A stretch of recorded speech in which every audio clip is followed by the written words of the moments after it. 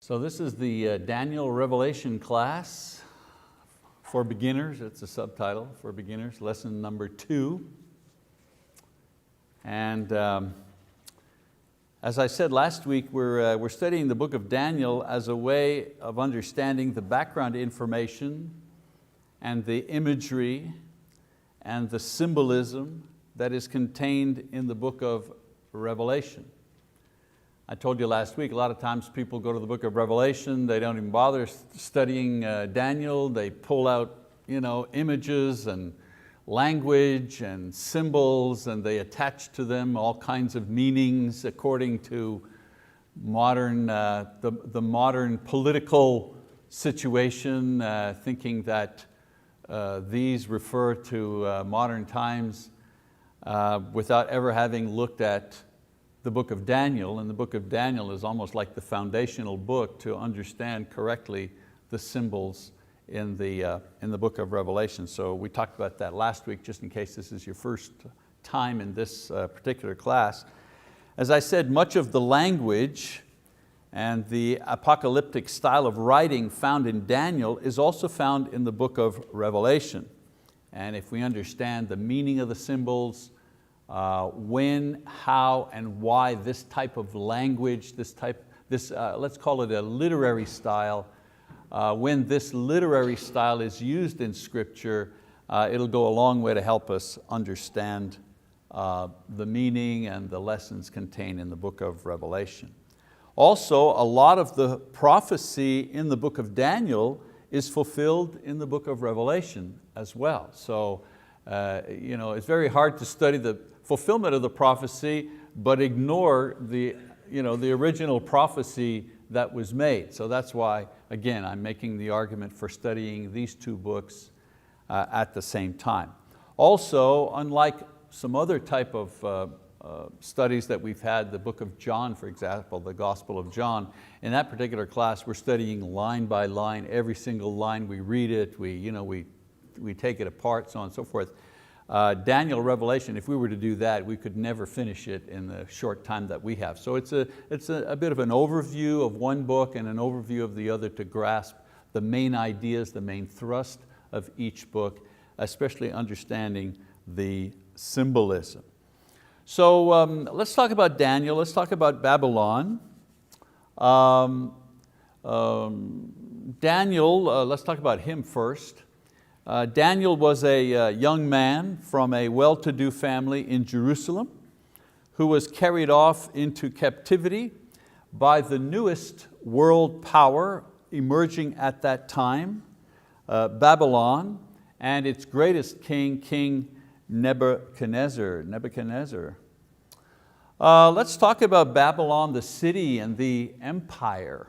Very interesting, fascinating study. Babylon was the greatest city and empire in the pre-Christian era.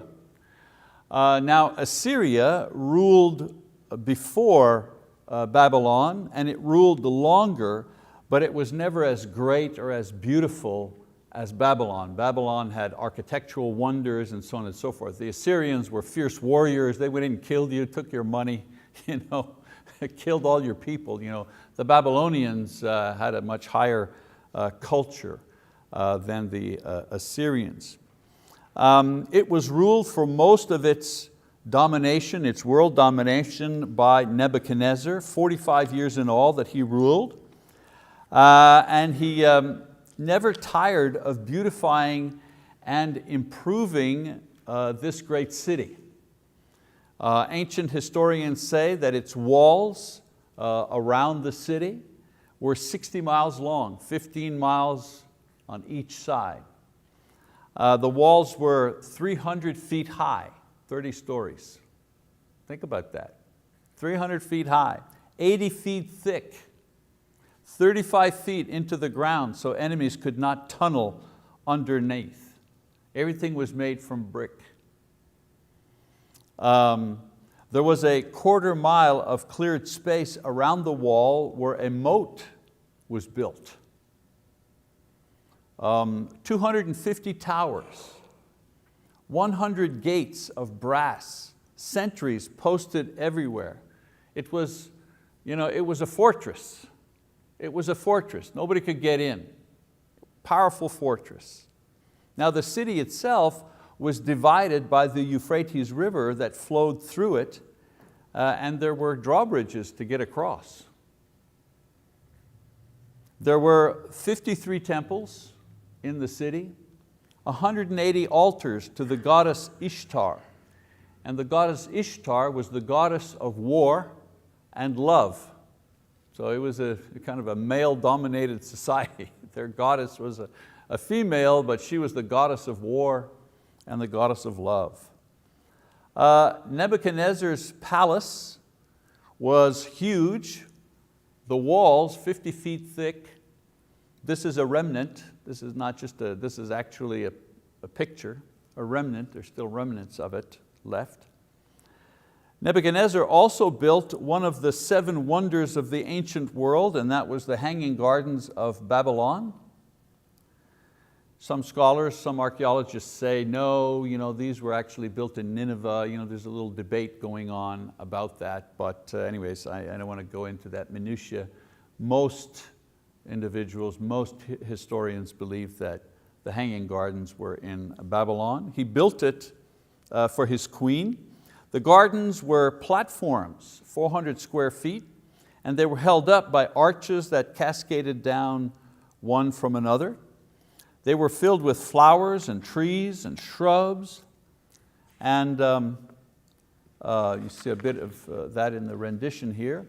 And all of it was watered from a reservoir at the very top that was fed by hydraulic pumps from the Euphrates River, from below.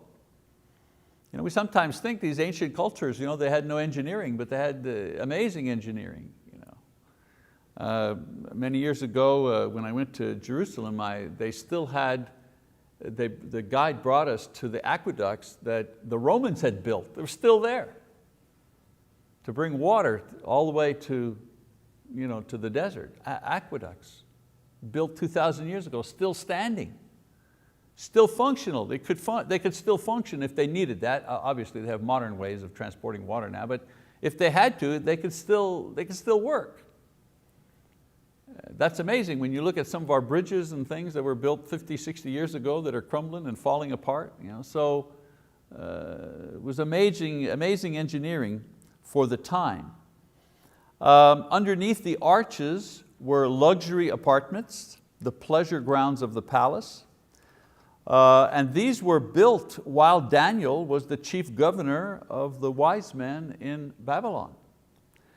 Isaiah chapter 13 verse 17 and Jeremiah in chapter 51, both of these prophets prophesied that this great city would not only be destroyed, but it would remain uninhabited forever.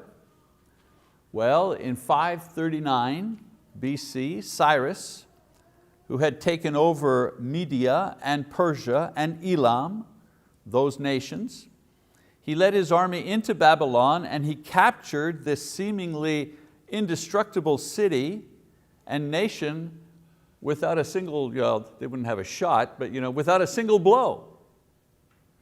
And the way that he did it is they secretly diverted the flow of the river and marched the army on the empty riverbed underneath the wall at night and captured the city by surprise without losing a single soldier. Now, the city of Babylon remained an important city throughout the reign of the Medo-Persian kings and even to the reign of Alexander the Great. But after his death, the shift of power went to Rome and the city declined. And by the time of Christ, it was mostly in ruins, and except for archaeological expeditions, it remained abandoned even to this day. Again, this is not a photograph, this is not a painting, this is an actual photograph of the ruins of Babylon that tourists and pilgrims can visit to this day. Anyways, it was this city, I want you to imagine this great city projecting all this tremendous power, military power, a world-dominating nation. It was in this city and this empire that Daniel and several of his friends were brought for retraining and re-education by Nebuchadnezzar.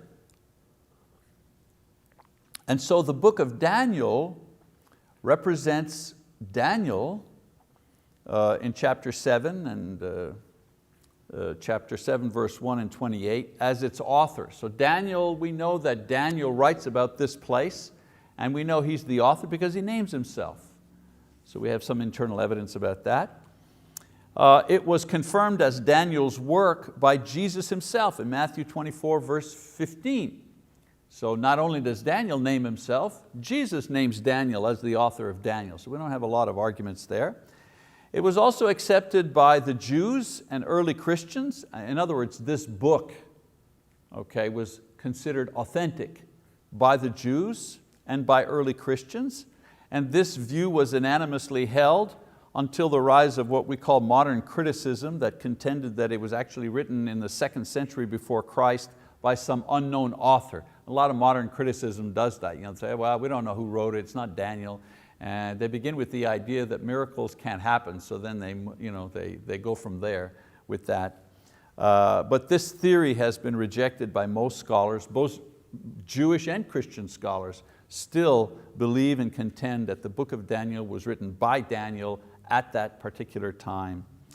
It was written in 2 languages, Chaldee or Aramaic, which was the diplomatic language of that era, just like at one time the diplomatic language in the world was French.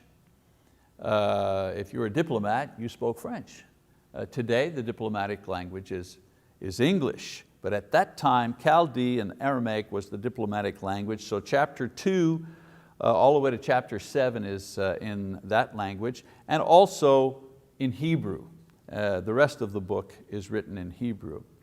Of course, this is what might be expected from a book written for Jews living in Babylon, containing information describing their actual experience in Babylon and references to their own Jewish past and future. So part of it is Aramaic because it talks about the present culture, what's going on with Daniel as he lives in this city, and then especially the parts that deal with prophecy and so on and so forth that would have a lot more to do with Jews, that part's written in Hebrew. Many ways to outline the book, if you wish, but it pretty much breaks itself down. Part 1 is the court of Nebuchadnezzar. So Daniel describes his surroundings and what is happening to him when he's brought into the court of Nebuchadnezzar.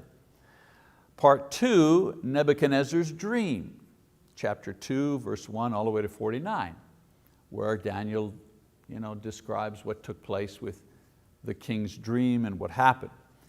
Then chapter 3 to chapter 6, we have 4 episodes in Daniel's life. Okay? 4 things that happened to him that he describes. And then part 4, 4 visions of Daniel's prophecy, chapter 7, verses 1 to 28. All right, well, let's talk about Daniel the person, shall we? Daniel, we believe, was of a noble family, probably royal blood. Josephus, who was a Jewish historian at the time of Christ, who wrote about Jewish history, he says that Daniel was probably related to King Zedekiah of Judah, who was the king at the time of the Babylonian, when the Babylonians took over, which is why Daniel and his friends had access to the Babylonian court. Otherwise, they would have been placed with the common people. So they took the best workers and tradesmen and so on and so forth, and they took the cream of the crop of the young men who were educated and who were part of the royal court.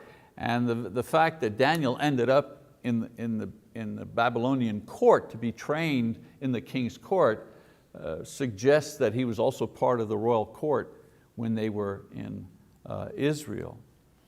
He rose to a position of great power because of his ability to interpret dreams, his visions, and his great piety and faith in the Lord. He was a young man when he went into captivity, and he died an old man still in Babylon 72 years later. He lasted through the reign of 5 kings, beginning with Nebuchadnezzar and lasting to the king or to the reign of Darius the Persian, and all the way to Cyrus the Mede in 534 BC. And even though the Jews returned from captivity after 70 years, Daniel stayed in Babylon until his death. We know that he was God's witness in the palace that ruled the world during his lifetime. All right, let's talk about, that's just a little bit about Daniel, a little background about him, and I think we're pretty familiar with that. Let's talk about the court of Nebuchadnezzar. And I'll ask you to open your Bibles to Daniel chapter 1. In the 3rd year of the reign of Jehoiakim, king of Judah, Nebuchadnezzar, king of Babylon, came to Jerusalem and besieged it. The Lord gave Jehoiakim, king of Judah, into his hand, along with some of the vessels of the house of God, and he brought them to the land of Shinar, to the house of his God, and he brought the vessels into the treasury of his God. Then the king ordered Ashpenaz, the chief of his officials, to bring in some of the sons of Israel, including some of the royal family and of the nobles, youths in whom was no defect, who were good looking, showing intelligence in every branch of wisdom, endowed with understanding and discerning knowledge, and who had ability for serving in the king's court, and he ordered him to teach them the literature and language of the Chaldeans. The king appointed for them a daily ration from the king's choice food, and from the wine which he drank, and appointed that they should be educated 3 years, at the end of which they were to enter the king's personal service. Now among them from the sons of Judah were Daniel, Hananiah, Mishael, and Azariah. Then the commander of the officials assigned new names to them, and to Daniel he assigned the name Belteshazzar, to Hananiah Shadrach, and to Mishael Meshach, and to Azariah Abednego. But Daniel made up his mind that he would not defile himself with the king's choice food or with the wine which he drank, so he sought permission from the commander of the officials that he might not defile himself. Now God granted Daniel favor and compassion in the sight of the commander of the officials.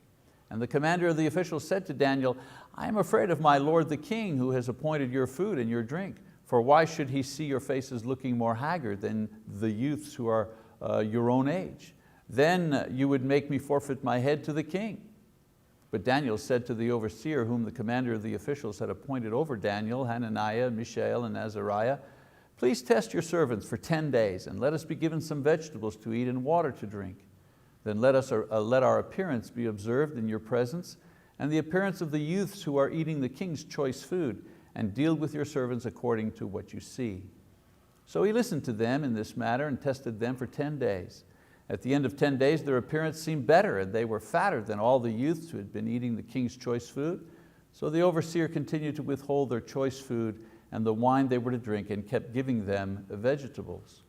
As for these 4 youths, God gave them knowledge and intelligence in every branch of literature and wisdom. Daniel even understood all kinds of visions and dreams. Then at the end of the days which the king had specified for presenting them, the commander of the officials presented them before Nebuchadnezzar. The king talked with them, and out of them all not one was found like Daniel, Hananiah, Mishael, and Azariah. So they entered the king's personal service. As for every matter of wisdom and understanding about which the king consulted them, he found them 10 times better than all the magicians and conjurers who were in all his realm. And Daniel continued until the 1st year of Cyrus the king. Now, I want you to notice that in a compact first chapter, Daniel summarizes the reason why he and the 3 others are in the palace of the king. Now, part of the training was to immerse them into Babylonian culture, and this included eating their food. Unlike the Assyrians, like I say, the Assyrians, they just went in, they killed you. You know what I'm saying? They just killed you and they robbed you and they took what they wanted. Anybody they left, Anybody left, they just took them and they just threw them in different nations to water down their bloodline. That's how they worked. Babylonians had a different foreign policy, if you wish. They would bring the cream of the crop, bring them into the service of the Babylonian court, retrain them, immerse them in Babylonian culture and literature, art, magic and so on and so forth for several years. And then among the best, they would select them to go back to their own countries to rule in their stead. That way they were trying to infiltrate their culture into other peoples. That was their way of dominating other nations. So as I say, part of the training was to immerse them into the culture, especially the food. So the young Jews accepted and excelled at the academic training, but they refused to eat the food. Of course, a lot of reasons for that. Probably that it was food sacrificed to idols, food not prepared in the proper way, what we call kosher today. Probably some of the food may have been considered unclean for a Jew. Of course, this test of faith results in the Lord's blessing them so that they maintain their right to eat without violating their conscience, and they succeeded in impressing the king and securing a very high position in the palace. And usually I like to give the lessons at the end. What have we learned? But I mean, this little episode here just begs to bring out a couple of obvious lessons. For example, we need to decide in advance how we will react to temptation. We need to decide in advance if something's going to happen, if we're tempted in a certain way, if somehow a situation arises that will tempt us to compromise what we believe, what is right. We need to decide in advance what we're going to do. It says that Daniel, they had decided in advance, if we go somewhere else, we're not going to violate our conscience by eating food that is unclean. So when the moment came, they weren't flustered. They knew exactly how they were going to respond. I tell the story about my daughter, Julia, our eldest daughter, when she was in the Marine Corps. And she was a nice, blonde-haired, blue-eyed Marine. And there were a lot of young Marine men who wanted to date her. She was a single girl, good Christian girl. And she once told me, well, I said, how do you deal with that, Julia? And she said, well, I give them the pep talk. I said, the pep talk? What's the pep talk? She said, well, if somebody asked me out for a date, I say, well, I'll go out with you, to the movies or dinner or whatever, but there are a couple of rules. And the guys would say, okay, what are the rules? She said, well, first of all, under no conditions are we going to have sex. There's nothing you can say, nothing you can do, nothing you could buy me that will lead me to have sex with you. So that's off the table. Don't even think about that. It's never going to happen unless we're married. Number two, we're not going to take drugs, not even for fun, not even just once. It's never going to happen. And number three, you won't get violent with me because I have a big brother and he's in the Marines too. And so I asked her, well, Julia, did you get a lot of dates? And she said, no. But she says, the ones that I got, however, they were good dates. And that's the way she found the right guy who said to her, no problem, that's great, let's go. And he is her husband now. And they've produced 2 beautiful children and 1 more on the way. Anyway, it's a good story. She was telling this young man, here are my standards.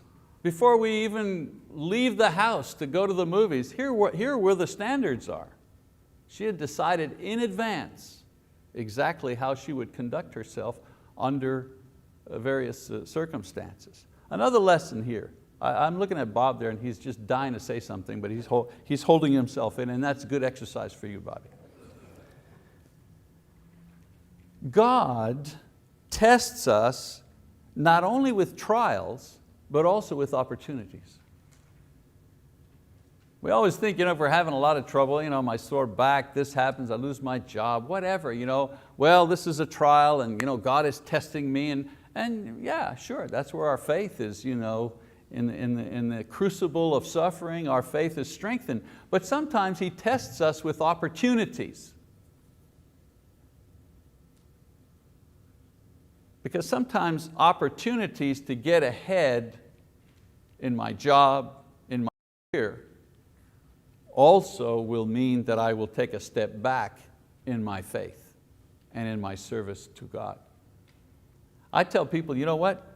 We're always praying for God to open a door of opportunity, but you know what? Satan can also open a door of opportunity for you.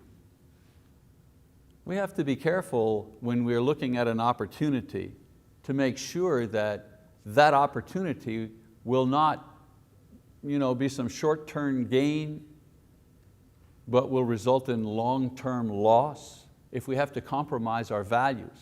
Maybe if I cheat in just this little thing, boy, I'll be able to get way ahead. You're never really way ahead. And so they had an opportunity here. Hey, we're young guys and we're in a foreign country and we're actually slaves. We have a shot at living in the court and serving the king and so on and so forth. Surely God won't mind if we eat the unclean food. Surely God, haven't we suffered enough? And yet they had decided in advance that they weren't going to compromise. And so that what looked like an opportunity was really a snare. And by holding fast to what they knew was right, God blessed them anyways, despite the obstacle in front of them. Another lesson, God always rewards obedience. Sooner or later, God rewards obedience. With Daniel, He did it sooner. With Job, He did it later. But sooner or later, God will reward us for our obedience. And maybe one other thing here before we get too bogged down. You never know. You never know why God has put you where you are. You never know why the test is what it is. Daniel's impact lasted centuries, but he didn't know it then. So you never know if the doing of right in your humdrum routine might have tremendous impact later on. Or the reverse, avoiding to confess Christ or avoiding to do the right thing might eliminate you from contributing mightily to the kingdom. You never know. In any case, we see that Daniel's position is secured with God and with the king by the way that he conducts himself in the early stages of his captivity. And so we move on to chapter 2, to Nebuchadnezzar's dream. This chapter describes the beginning of Daniel's ministry of prophecy in the king's court. And what takes place is the following. The king has an unusual dream that makes him anxious since he doesn't understand what the dream is. Now the Babylonians were adept in the black arts, the occult and magic. They would try to foretell the future by reading the stars, or they would cut open an animal and take out its vital organs, and they would try to read the future by reading the organs of the dead animal. They also put a lot of importance in dreams and what the dreams meant.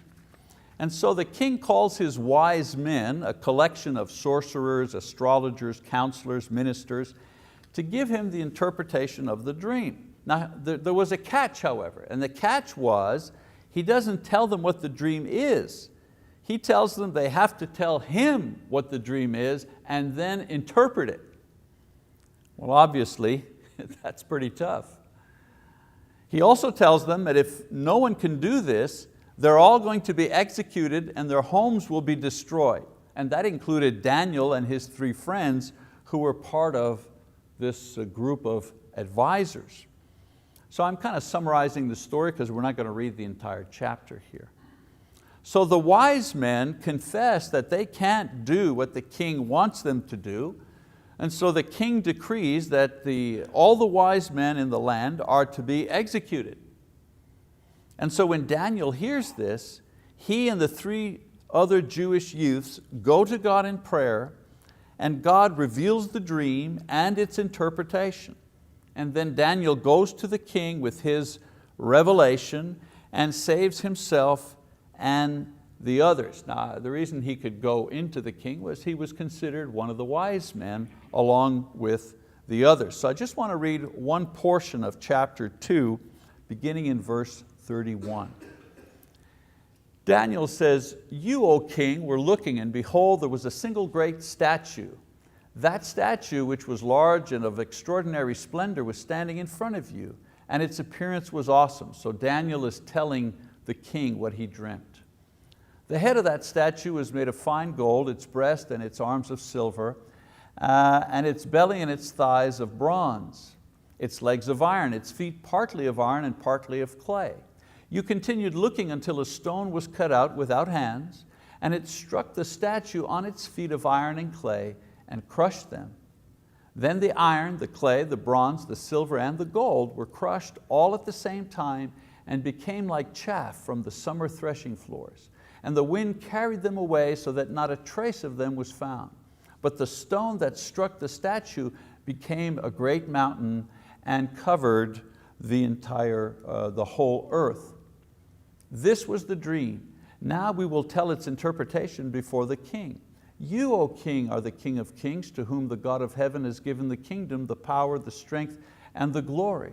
And wherever the sons of men dwell, or the beasts of the field, or the birds of the sky, He has given them into your hand, and has caused you to rule over them all. You are the head of gold. After you there will arise another kingdom inferior to you, then another third kingdom of bronze, which will rule over all the earth. Then there will be a fourth kingdom as strong as iron, inasmuch as iron crushes and shatters all things. So, like iron that breaks in pieces, it will crush and break all these in pieces. In that you saw the feet and toes, partly of potter's clay and partly of iron, it will be a divided kingdom. But it will have in it the toughness of iron, inasmuch as you saw the iron mixed with common clay. As the toes of the feet were partly of iron and partly of pottery, so some of the kingdom will be strong and part of it will be brittle. And in that you saw the iron mixed with common clay, they will combine with one another in the seed of men, but they will not adhere to one another, even as iron does not combine with pottery. In the days of those kings, the God of heaven will set up a kingdom which will never be destroyed, and that kingdom will not be left for another people. It will crush and put an end to all these kingdoms, but it will itself endure forever. Inasmuch as you saw that a stone was cut out of the mountain without hands, and that it crushed the iron, the bronze, the clay, the silver, and the gold, the great God has made known to the king what will take place in the future. So the dream is true, and its interpretation is trustworthy. So in the interpretation of this dream, Daniel not only describes the king's mind, but he also prophesies concerning world events into the next 650 years. The dream, right? A great statue shining, the head of gold, the breast of silver as well as the arms, the belly and the hips made of brass, the legs of iron, the feet a mixture of iron and clay. A stone, he says, appears out of nowhere, cut without hands, and it strikes the feet of the statue, and the statue crumbles to dust and is blown away. The stone grows into a mountain which then fills the earth. And so, what is the interpretation? Daniel says, well, the head is gold and is the embodiment of the kingdom of Babylon, the first great and magnificent world kingdom. As I said, the Assyrians also ruled before them, but not with the splendor and wealth and total control that the Babylonians had.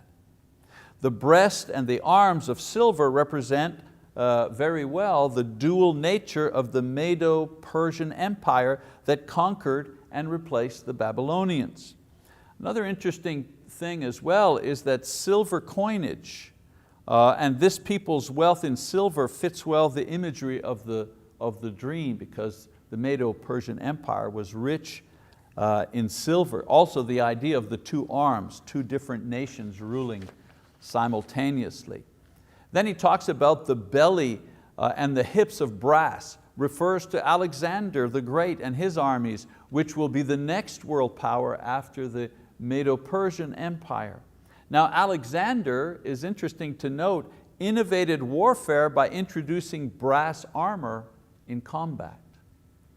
Then of course the Roman Empire is described as legs of iron with feet of mixed clay and iron, and it was the next great empire that defeated the Greeks and took over as a world power. Now the Romans introduced iron weapons into warfare. At the beginning they were tough, they were unbreakable like iron is unbreakable. But as the empire grew, however, it began making alliances with other nations rather than conquering and ruling them by force. So their modus operandi at the beginning is they come in and they, like the Assyrians, they kill you and they take over, or they subdue you, enslave you, and you pay taxes, and if you step out of line, we go in and we wipe you out. They were ruthless and powerful, and they were truly a world empire. But as the empire grew and grew and grew and grew, it was so big, it began to be so bulky to be managed. Instead of fighting wars way at the other end of the empire, what they would do is they would make treaties with nations on the edge of the empire. Wouldn't conquer them, it would just be a threat. We know all about threats, right? Countries making threats. And so it would be a threat. If you don't pay so much taxes, we'll leave you alone, but if you don't pay so much taxes, we're going to go in and going to wipe you out. So they began making these alliances. And that's what the imagery here. The legs are steel, but you get down to the feet and the toes, those, he says, were a mixture of iron and clay. And inasmuch as iron and clay don't mix, well, the same thing happened to the Roman Empire. The nations at the periphery eventually came in and ransacked Rome. And of course, this is represented by the feet mixed with iron and clay. And then the stone cut without hands, of course, a stone that just appears, the idea, the imagery refers to something supernatural, something that is not of this world.